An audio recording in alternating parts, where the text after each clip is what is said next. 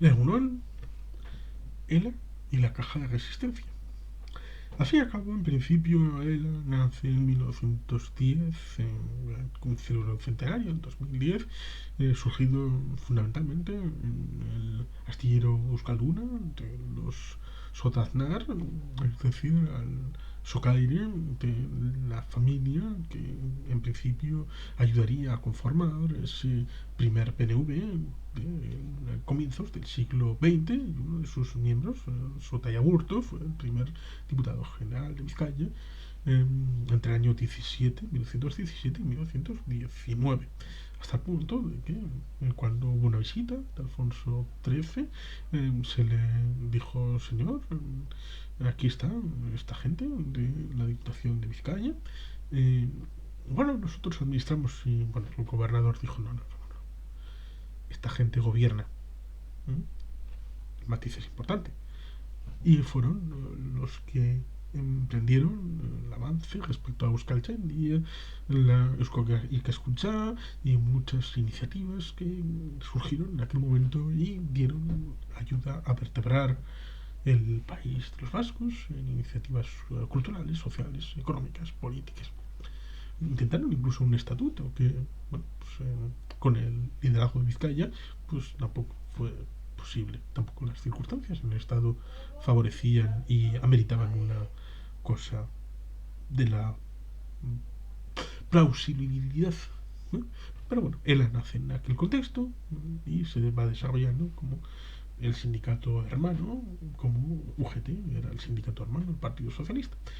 Incluso en 1945, el Partido Socialista Vasco, con la AFL-CIO, el mayor sindicato de Estados Unidos, el ala este, la Casa Blanca, concertó una cita del sindicato vasco con el sindicato estadounidense, lo cual es histórico. Lo escuché en boca de el señor catedrático Iñaki Aguirre, hijo del Endacari Aguirre, el último, que precisamente nació en Nueva York. Tenía otro hijo, Joseba, que, bueno, de su descendencia pues tenemos a la actual alcaldesa de Guecho, Amaya Aguirre Muñoz. Bueno, pues esa Ela, criatura del PNV, con bueno, aquel diputado a Cortes y líder de ELA, como fue Manu Robles Aránguiz. Y bueno, pues en el ámbito del exilio pues tuvo derivadas, consecuencias, y una historia que, bueno, al final acabó con Josué Lorita y luego todos los demás que han llegado a partir del año 92 en adelante, 30 años de sindicato de contrapoder y de una realidad en la que se pasaron de vueltas y a veces se pasaban que por ser más de izquierdas que la propia ALA, a la que algunos abandonaron el sector de Euskadi Esquerra para incorporarse a ELA, curiosamente, después de la separación respecto al marco de la coordinadora Abertzale socialista y toda aquella hoja de ruta que se prefiguraron a finales de los años 70 y principios de los años 80.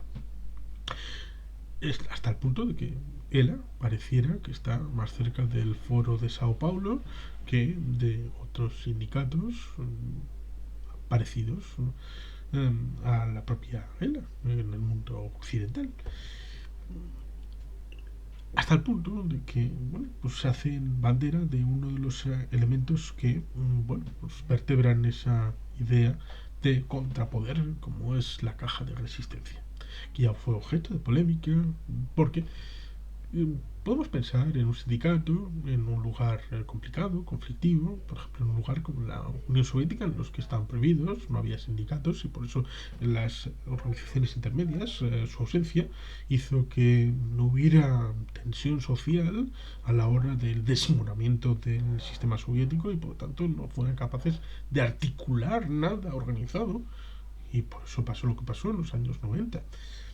Bueno, pues en lugares conflictivos, con dictaduras y con democracias incipientes, evidentemente es importante que los sindicatos protejan a los trabajadores, y incluso en lugares pues donde hay conflictividades mal resueltas, por ejemplo, en los comienzos de los años 10-20 del siglo XX, con el pistolerismo en Barcelona, las clases poderosas, que por ejemplo fueron los que impulsaron a Primo de Rivera al golpe del 23 de septiembre de 1923, con la aquiescencia del monarca.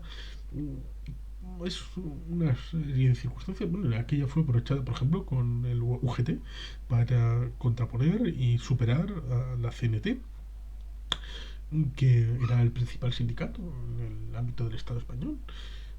Y a través del mismo personaje, Largo Caballero, que era líder tanto de la UGT como del Partido Socialista, participó de las estructuras de la dictadura para favorecer a la salida al Partido Socialista y a la UGT. Pero estas cosas parece que se olvidan, y con las dificultades que ha tenido UGT y los momentos de tensión con Nicolás Redondo Urbieta, el asunto de las PSVs, de aquella constructora, de los pisos en los años 80, de la precariedad laboral, la huelga general del año 88, del 4 de diciembre, todo lo que ha pasado, aún hoy pareciera que siguen teniendo la idea de que como los dos son de izquierdas, UGT sigue siendo el sindicato hermano del Partido Socialista Obrero Español. Pero parece que ser un sindicato hermano del Partido Nacionalista Vasco es algo que es intolerable desde dentro y desde fuera, a pesar de que buena parte de los militantes del Partido Socialista Vasco, incluyendo su presidente, Antonio Ortúzar Arruabarrena, está afiliado al sindicato ELA. Y claro, ahí está la circunstancia de cómo se hace el proceso de selección y de elección de los líderes en ELA, a diferencia del modelo democrático de primarias del Partido Socialista Vasco, desde que lo consecuentemente confiara en los libros Quisquicha, en aquel libro de Herencha, que está referenciado en el canal, aquel del origen del nacionalismo vasco y la forma de organizar, por ejemplo, esa forma de primarias en las elecciones al Guipúzcoa Urachar de 1904, que es bastante emocionante de leer como el principio de democracia participativa estaba ya en aquel momento, a comienzos del siglo XX, 120 años de democracia interna ejemplar. Ella se sintió mal cuando, evidentemente, esta gente vio cómo desde la Diputación de Vizcaya se quería poner el foco en la transparencia del elemento caja de resistencia. ¿Por qué? Porque podemos fijarnos en un caso como por ejemplo el de Jimmy Hoffa. Jimmy Hoffa, que está interpretado por Al Pacino en la película Irlandés, y que hay alguna otra película que como aquella que no recuerdo si era Jack Nicholson el que interpretaba, pero venía a explicar su trama y su historia. Había un fondo de pensiones en los años 50, 60, 70 de este sindicato de transportistas, y este acababa por verse influenciado por la mafia, que lo quería utilizar para sus propios bienes e intereses. Incluso parte de eso servía para crear una serie de bueno, lugares de descanso para los sindicados, una especie de pensiones, residencias, apartamentos. Bueno, esto en toda esa época del siglo XX pues ha habido iniciativas para gente, para bueno, estas especies de cooperativas, bueno, una serie de realidades, pero ese dinero es muy jugoso y es en parte opaco a la fiscalización, por ejemplo, del Tribunal de Cuentas. ¿El fondo de la caja de resistencia está posible de fiscalizar por el Tribunal Vasco de Cuentas? ¿Sí o no? ¿Los tribunales de justicia pueden fiscalizar el ámbito del tribunal correspondiente? ¿El Tribunal de Justicia del País Vasco puede fiscalizar eso? ¿Es posible fiscalizar a un sindicato lo mismo que a un partido político o a una institución? ¿O van aparte? Porque ese dinero, como digo, es muy jugoso para hacer muchas cosas. Es dinero que viene de las cuotas. Uno de cada 4 euros de las cuotas va a la caja de resistencia. Pero hay otro asunto. Los sobres de Mariano. Bueno, perdón, M. Rajoy. ¿Quién será M. Rajoy? No sé. Hay un Mariano Rajoy, pero luego sacaron una camiseta de España que ponía M. Rajoy y se la llevó un tipo de barbas de Pontevedra. ¿A qué voy? Esta gente, dentro del PP, se llevaron una serie de sobresueldos, metidos en sobres, emitidos por un tal Luis Bárcenas. El dinero salía de donde fuera.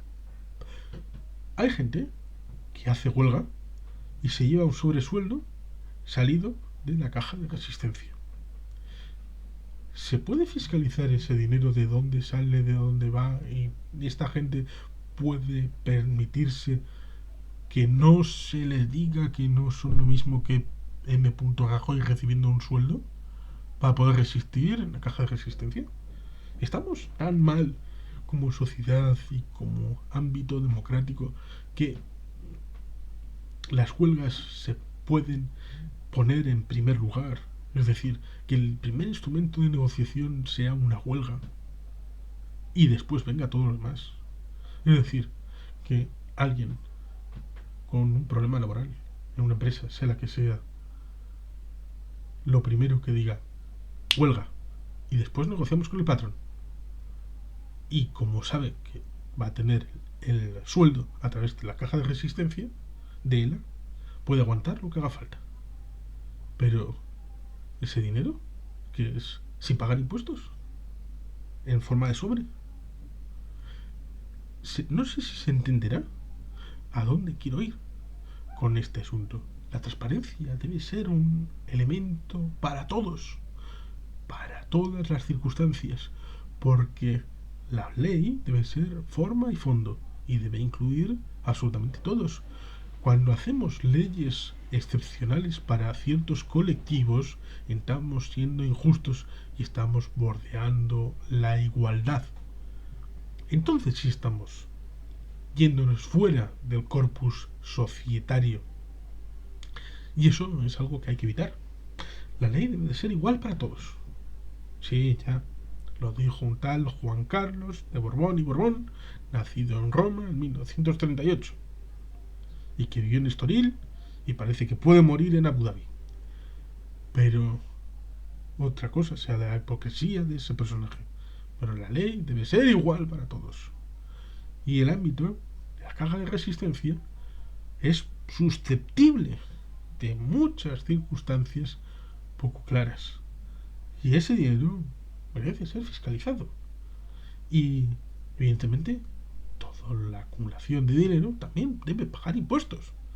¿Puede la Diputación Foral de Vizcaya, de Álava, de Guipúzcoa, de Navarra fiscalizar esa caja de resistencia para que se mantenga el pago de impuestos? ¿O qué pasa si esa caja de resistencia la hiciera un partido político, una colectividad de empresarios, una empresa? Entonces sí habría que fiscalizarlo, pero como lo hace el obrero, el sindicato de contrapoder, entonces hay que dejarles hacer porque es por el bien de la humanidad. ¿Dónde juega eso de las excepciones?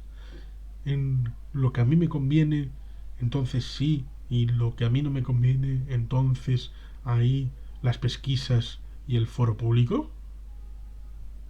No, todos iguales. Y por tanto, evidentemente, debería de entenderse desde el otro punto de vista, desde el punto de vista del receptor del sueldo en forma de sobre en la caja de resistencia. Evidentemente le están salvando la vida, pero desde el punto de vista social, de los que pagan impuestos, de los que cumplen con la ley, de los que ejecutan todas las normativas y los que sufren también desde partidos políticos que nada tienen que ver con el PP, lo que el PP hizo con los sobres y la unos tratando de diseminar la pulpa de la culpa para que, bueno, todos los partidos hacen lo mismo. Bueno, entonces los sindicatos también hacen lo mismo que los partidos, que las asociaciones, que los empresarios. ¿Qué pasa? Los que se afilian a un sindicato son gente de otra pasta, de otra calaña, va con el carnet de afiliado al sindicato, ser una persona magnífica.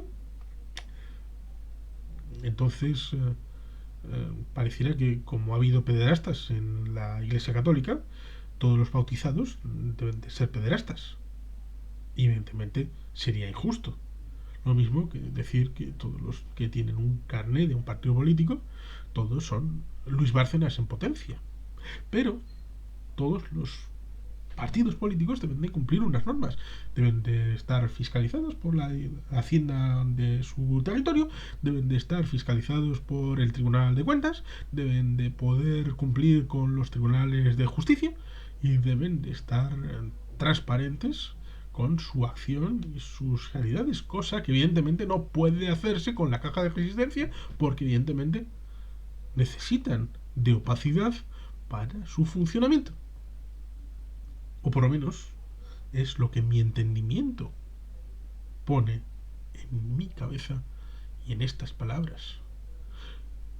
Que se me revierta esta realidad, que se me diga que es completamente transparente, por lo menos para todos los afiliados a ELA, el ingreso, el durante y el gasto de esa caja de resistencia. Que no se puedan sorprender un día en el que en el medio parte de ese dinero ha sido invertido en criptomonedas, en la bolsa, que han ido al bingo y han ganado un dinero y por lo tanto se ha incrementado en tantos euros. Que no haya sorpresas. Confiabilidad y transparencia. Lo que ellos piden para otros, que ellos también lo cumplan con su propia realidad. Y como digo, pensando en Jimmy Hoffa y en lo que se ha visto en alguna que otra película respecto al manejo, como por ejemplo la película de Irlandés, que incluso propiciaron la caída de Jimmy Hoffa de la dirección del sindicato para poder la mafia controlar esa bolsa enorme de pasta. Evidentemente la caja de resistencia debe ser una pasta enorme y golosa. ¿Ha pasado algo en ELA con esa pasta, con esa enorme bolsa respecto al liderazgo? ¿El liderazgo ha tenido alguna circunstancia complicada con respecto a esto? La Diputación puso encima de la mesa este tema y salieron de uñas a defender lo suyo en vez de a explicar que eso ya se estaba haciendo, la transparencia. ¿Por qué? Y estas cosas hay que aclararlas bien, porque como digo, es muy guloso. Un dinero, en principio, utilizado para el bien, pero no todo lo que pueda tener un principio noble, si el camino es tortuoso, oscuro y opaco y desconocido, entonces hay que desconfiar. Ela, quo vadis, y a ver si esto, que es ciertamente beneficioso en los casos de situaciones complicadas y difíciles, sobre todo en estados que no son plenamente democráticos, donde hay dificultades con respecto a la contención, respecto a empresariados, trabajadores y el Estado, un Estado débil. Bueno, pues eso puede ser un activo, pero en los países eurooccidentales, donde la transparencia puede hacerse y debe de valer y prevalecer una forma de hacer las cosas muy honesta, es un agujero negro, por lo menos bajo mi humilde punto de vista, que debe de aclararse, porque es el seño y seña de identidad de este sindicato, de ELA STV, el sindicato de trabajadores vascos, aunque también luego se llamó SOV, el sindicato de solidaridad de obreros vascos. Y sin más, es que ricasco, agur bat, beti helpien.